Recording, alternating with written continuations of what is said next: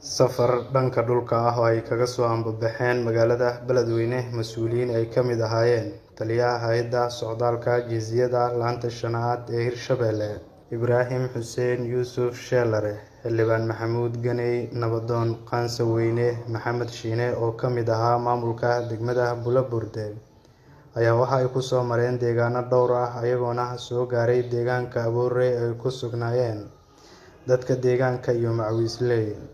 mas'uuliyiintan ayaana dadka deegaanka ay ku sugnaa Abuure ku booriyay in ay dardar geliyaan dagaalka ay khawaarijta Al-Shabaab ay kula jiraan maadaama ay weli ku dhuumaalaysanayaan Hiiraan ugu horreyntii ayaa waxaa goobta ka hadlay Nabadoon Qaansa Weyne iyo Gudoomiye Maxamed Shiine ayaana ugu horreyntii goobta ka hadlay maantay wuxuu yahay shirkan waa qaybihii Macawiisleyda ee ka dhiidhiyay dhibaatada iyo foolxumada iyo danaysiga gaarka oo lagu haayo dadkoodii waa dhalinyaradii ka dhiidhin qaado waysay go'aansatay ayaga raadi jiray inay raadshaan qaybaha kale oo soo socdana ayaga u imaanay ayaga saldhig u ah waa dhamaatay dhuumasho iyo ariga wado iyo geela wax ka doono iyo gabadha adigu ma taqaanaa duqi ma joogay adigu u tali war waxaas waa dhamaadeen naftu mar bay godaa waqti ay leedahay waqti kale loogu dari maayo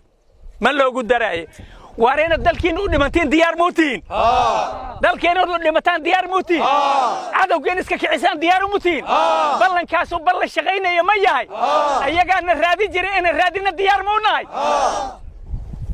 ballanku waa noo sidaas habeena waa raadinaynaa maalina waa raadinaynaa naftuna mar bay godaay war gobanimaha lagu dhinto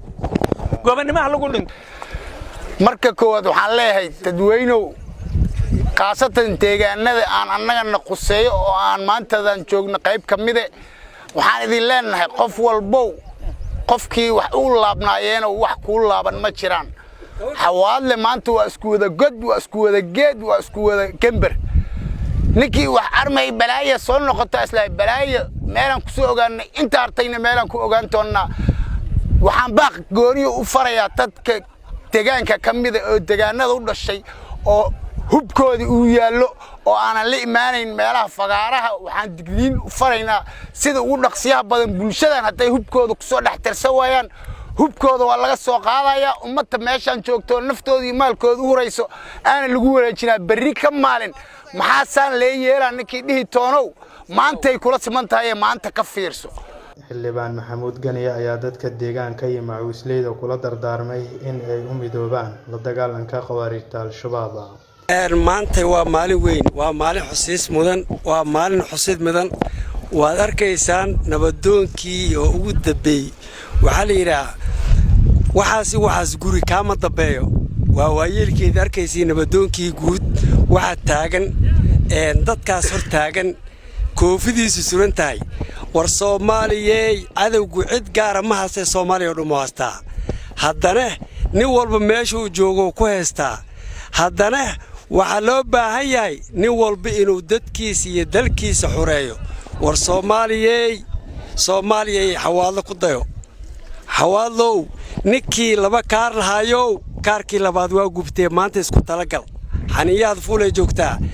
maanta waad arkaysaan buuqadii ugu koobaad oo abraahaysa joognaa tii labaad tii saddexaadna way noo dhiban yihiin Askari Ali Raage warbaahinta qaranka degmada Bulaburde